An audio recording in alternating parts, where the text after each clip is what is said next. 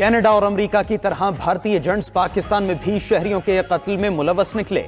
بھارت کا پاکستان میں دہشت گردانہ کارروائیوں کا ہولناک منصوبہ بے نقاب۔ بھارت کے دہشت گرد گروہ اور بھارتی ہینڈلرز سہولت کاروں دہشت گردانہ کارروائیوں میں ملوث تھے۔ ترجمان دفتر خارجہ کے مطابق بھارتی ایجنٹس اشوک کمار اور یوگیش کمار نے پاکستانی شہری محمد ریاض اور شاہد لطیف کو قتل کرایا۔ پاکستانی سیکیورٹی اداروں نے بھارتی ایجنٹس کو شواہد کی روشنی میں گرفتار کیا۔ قتل میں ملوث ٹارگٹ کلرز کے ساتھیوں اور سہولت کاروں کو پاکستان سے فرار کی کوشش کرتے ہوئے حراست میں لیا گیا۔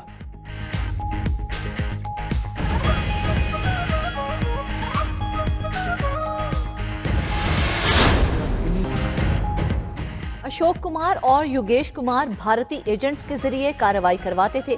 سیکرٹری خارجہ سائرس سجاد قاضی کی اسلام آباد میں پریس بریفنگ۔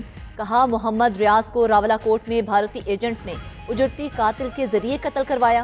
شاہد لطیف کو سیالکوٹ میں مسجد کے باہر قتل کرایا گیا۔ سیکیورٹی فورسز نے اجرتی قاتل کو گرفتار کیا جس نے جرم کا اعتراف کیا۔ بھارتی ایجنٹ دہشت گردی اور دیگر وارداتوں میں بھی ملوث پائے گئے۔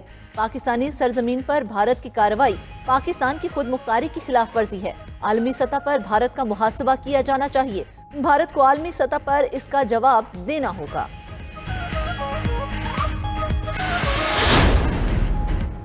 ایران کو جواب دینا بھارت کے لیے پیغام تھا۔ کوئی ہم پر حملہ کرے اور ہم جواب نہ دیں، یہ آپشن ہی نہیں۔ جواب دینے کا کریڈٹ عسکری قیادت کو جاتا ہے۔ نگراں وزیر اعظم انوار الحق کاکڑ کی گفتگو۔ کہتے ہیں بھارت کی طرف سے ایسی کوئی حرکت ہوئی تو جواب دیا جائے گا۔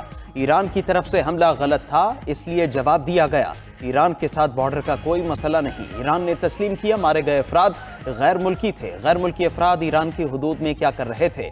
BLA کا معاملہ ایران کے ساتھ اٹھاتے رہیں گے۔ ایران کی نسبت پاکستان دہشت گردی سے زیادہ متاثر ہوا۔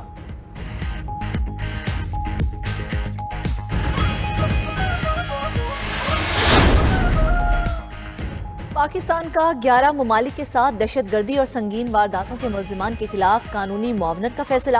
وفاقی کابینہ نے 11 ممالک کے ساتھ باہمی بنیادوں پر معاونت دینے اور لینے کی منظوری دے دی۔ پاکستان کو بدنام کرنے میں ملوث بیرون ملک مقیم افراد کے خلاف بھی اسی بنیاد پر کارروائی ہوگی۔ امریکہ، برطانیہ اور روس کو مطلوب پاکستانی ملزمان کے خلاف قانونی تعاون بھی کیا جائے گا۔ پولینڈ، میکسیکو اور ترکی کو سنگین جرائم میں مطلوب ملزمان کے خلاف قانونی تعاون کی منظوری دی گئی۔ مذکورہ ممالک سے معاہدہ نہ ہونے کے باعث باہمی بنیادوں پر قانونی تعاون لینے اور دینے کا فیصلہ کیا گیا۔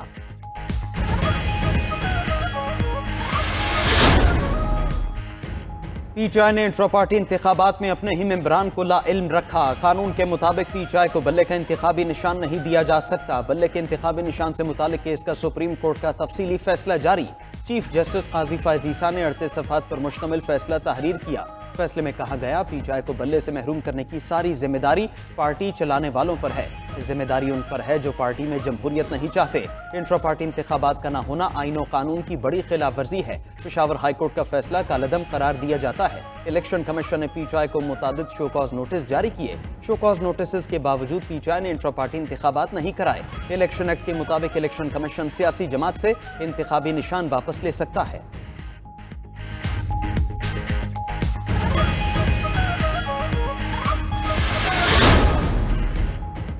سیاسی قیدیوں کی رہائی کا اعلان کرنے والے پہلے نجی جیلیں بند کروائیں۔ نواز شریف کے دور میں کوئی سیاسی قیدی نہیں تھا۔ شہباز شریف کا نام لیے بغیر بلاول بھٹو کو جواب۔ صدر مسلم لیگ نون نے منڈی بہاؤدین میں جلسے سے خطاب کرتے ہوئے کہا، 9 مئی کو ملک کے ساتھ دشمنی کی گئی۔ ملک دشمنوں سے پاکستان کی ترقی برداشت نہیں ہوئی۔ 2017 میں نواز شریف کی حکومت کا تختہ الٹ دیا گیا۔ نواز شریف نے پورے ملک میں سڑکوں کا جال بچھایا، سستی بجلی، کھاد، مفت علاج اور ادویات دی۔ نوجوان ملک کا اصل سرمایہ ہیں۔ حکومت ملی تو نوجوانوں کو زرعی قرضے دیں گے۔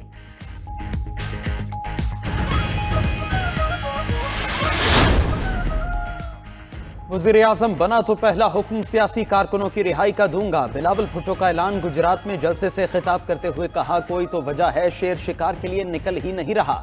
شیر چاہتا ہے کوئی دوسرا میرے لیے شکار کر دے۔ عوام 8 فروری کو تیر کو کامیاب کرائے تو 9 فروری کو ان کو واپس لندن بھیج دوں گا۔ ہمارے مخالف گھر سے ہی باہر نہیں نکلتے۔ چوتھی مرتبہ وزیر اعظم بننے کے خواہشمند کہہ رہے ہیں، ابھی منشور پر کام جاری ہے۔ صرف پیپلز پارٹی انتخابی مہم چلا رہی ہے۔ ہم غربت اور بے روزگاری کا خاتمہ کریں گے۔ خواتین کو بلا سود قرضے فراہم کریں گے۔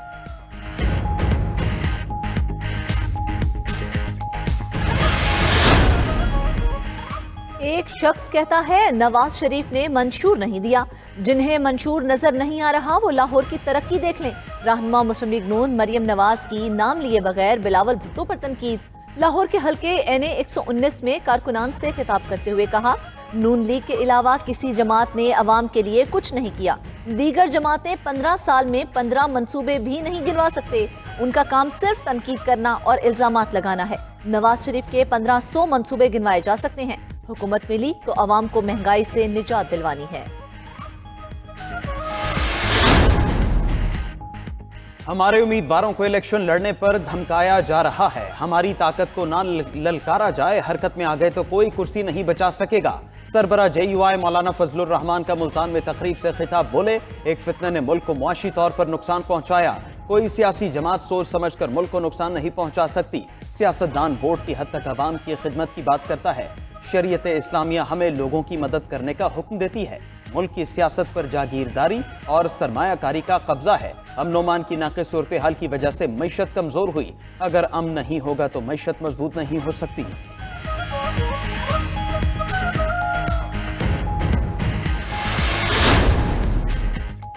8 فروری کو عوام اور تیر کی جیت ہوگی، سابق صدر آصف علی زرداری کا دعویٰ۔ کہتے ہیں بلاول بھٹو کا 10 نکاتی ایجنڈا اس ملک کی تقدیر بدل دے گا۔ عوام کی حق میں حکمرانی قائم کرنے میں لاہور کی عوام کا تاریخی کردار رہا ہے۔ آصف زرداری سے مسیحی برادری کے وفد کی بلاول ہاؤس لاہور میں ملاقات، بلاول بھٹو کے حلقہ NA 127 لاہور کی انتخابی مہم پر بات چیت۔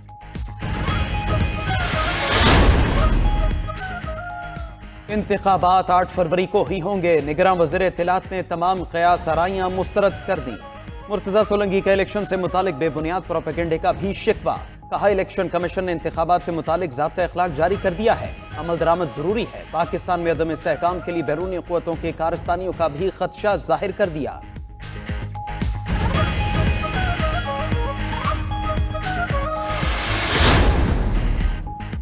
عام انتخابات میں فوج سول آرمڈ فورسز کی تعیناتی کا نوٹیفیکیشن جاری، الیکشن کمیشن نے بھی آرمڈ فورسز کے لیے ضابطہ اخلاق جاری کر دیا۔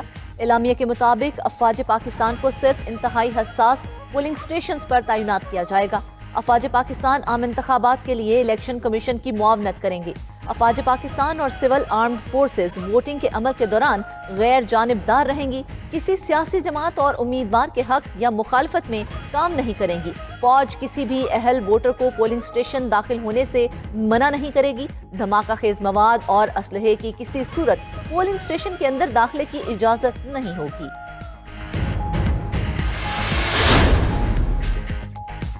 بانی پی ٹی آئی کا پورا فوکس الیکشن پر ہے۔ پی ٹی آئی وکیل بیرسٹر علی ظفر نے تمام جماعتوں کے لیے لیول پلینگ فیلڈ کا مطالبہ دہرا دیا، بولے اپنے امیدواروں کو بھرپور انتخابی مہم چلانے کا کہا ہے۔ ایک جماعت کو باہر رکھ کر شفاف الیکشن نہیں کرایا جا سکتا، الیکشن سے ہی قانون کی بالادستی ہوگی۔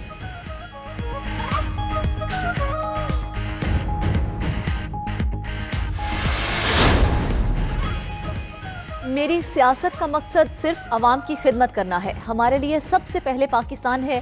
سربراہ استحکام پاکستان پارٹی جہانگیر ترین کا لودھرا میں کارکنوں سے خطاب، کہا ہمارا فرض ہے کہ پاکستان کو ترقی یافتہ ملک بنائیں، ہمارا مشن پاکستان کو ترقی یافتہ ممالک کی صف میں کھڑا کرنا ہے۔ لاہور کے حلقے NA 117 میں جلسے سے خطاب کرتے ہوئے صدر IPP عبدالعلیم خان نے کہا حکمرانوں نے ہمارے غریبوں کا کبھی نہیں سوچا، امیروں سے پیسہ نکال کر غریبوں پر لگائیں گے، 300 یونٹ تک گھروں کو بجلی مفت دیں گے۔ بانی پی ٹی آئی اور ان کے حواریوں نے ملک کو لوٹا، عوام سے کیا ایک وعدہ بھی پورا نہ کیا۔ رہنما نون لیگ خواجہ آصف کا سیالکوٹ میں ورکرز کنونشن سے خطاب، بولے 9 مئی کی طرح ان کی سازشیں آج بھی جاری ہیں۔ تحریک انصاف نے نوجوانوں کا کلچر ختم کر دیا ہے، احسن اقبال نے پی ٹی آئی کو انتشار پارٹی قرار دے دیا۔ نارووال میں جلسے سے خطاب کرتے ہوئے کہا یہ غداروں کا ٹولہ ہے جنہوں نے دفاعی تنصیبات اور ملکی اداروں پر حملے کیے۔ اناڑی موٹر سائیکل نہیں چلا سکتا، ملک کیسے چلاتا؟ بانی پی ٹی آئی نے ملک کو اناڑی کی طرح چلا کر اپنا سر بھی پھوڑا۔